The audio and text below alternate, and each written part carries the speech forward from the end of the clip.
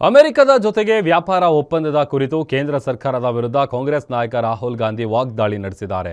ಈ ಒಪ್ಪಂದವು ಭಾರತೀಯ ರೈತರಿಗೆ ದ್ರೋಹ ಬಗೆದಿದೆ ಹಾಗೂ ದೇಶದ ಕೃಷಿ ಸಾರ್ವಭೌಮತೆಯನ್ನ ಒತ್ತೆ ಇರಿಸಿದೆ ಅಂತ ಆಪಾದಿಸಿದ್ದಾರೆ. ಈ ಬಗ್ಗೆ ಪ್ರಧಾನಿ ನರೇಂದ್ರ ಮೋದಿಯವರಿಗೆ 5 ನಿರ್ದಿಷ್ಟ ಪ್ರಶ್ನೆಗಳನ್ನು ಕೇಳಿರುವ ಅವರು ಕುಲಾಂತರಿ ತಳಿಗಳು, ವ್ಯಾಪಾರೇತರ ಅಡೆತಡೆಗಳು ಹಾಗೂ ಅಮೆರಿಕನ್ ಕೃಷಿ ಉತ್ಪನ್ನಗಳ ಮಹಾಪೂರವೇ ದೇಶಕ್ಕೆ ಹರಿದು ಬರಲು ಅವಕಾಶ ಮಾಡಿಕೊಟ್ಟಿರುವ ಬಗ್ಗೆ ಅವರು ಕಳವಳ ವ್ಯಕ್ತಪಡಿಸಿದ್ದಾರೆ.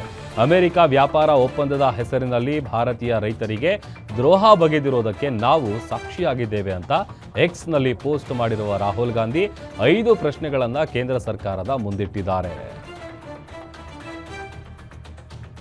ಇನ್ನು ಕೇಂದ್ರಕ್ಕೆ ರಾಹುಲ್ ಗಾಂಧಿ ಅವರು ಕೇಳಿರುವಂತಹ ಪ್ರಶ್ನೆಗಳೇನು ಅಂತ ಅಂದರೆ, ನಿಖರವಾಗಿ DDG ಆಮದು ಅಂತ ಅಂದರೆ ಏನು? ಅಮೆರಿಕನ್ ಜೋಳದಿಂದ ತಯಾರಿಸಿದ ಸಂಸ್ಕರಿತ ಧಾನ್ಯವನ್ನು ಭಾರತೀಯ ಜಾನುವಾರುಗಳಿಗೆ ತಿನ್ನಿಸಲಾಗ್ತಾ ಇದೆಯಾ ಅನ್ನುವಂಥ ಪ್ರಶ್ನೆ ಮಾಡಿದ್ದಾರೆ. ಇದು ಅಮೆರಿಕದ ಕೃಷಿ ಉದ್ಯಮವನ್ನು ಅವಲಂಬಿಸುವಂತೆ ಮಾಡೋದಿಲ್ವೇ ಅಂತ ಪ್ರಶ್ನೆ ಮಾಡಿದ್ದಾರೆ.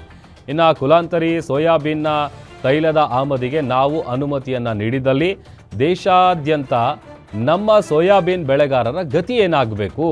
ಹೆಚ್ಚುವರಿ ಉತ್ಪನ್ನಗಳನ್ನು ನೀವು ಇದನ್ನು ಹೆಚ್ಚುವರಿ ಉತ್ಪನ್ನಗಳು ಅಂತ ಹೇಳುವಾಗ ಅವುಗಳಲ್ಲಿ ಯಾವೆಲ್ಲ ಉತ್ಪನ್ನಗಳನ್ನು ಒಳಗೊಂಡಿರುತ್ತೆ ಅನ್ನುವಂಥ ಪ್ರಶ್ನೆ ಕೂಡ ಎತ್ತಿದ್ದಾರೆ.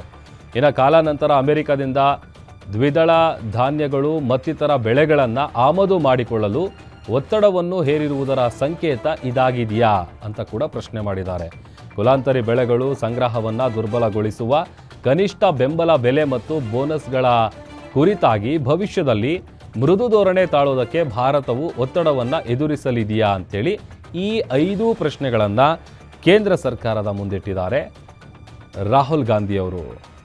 ಇದು ಒಂದು ರೀತಿ ರೈತರಿಗೆ ದ್ರೋಹ ಬಗೆಯುವಂತಹ ಕ್ರಮಗಳು ಅಂತ ಕೂಡ ಆಗ್ರಹಿಸಿದ್ದಾರೆ.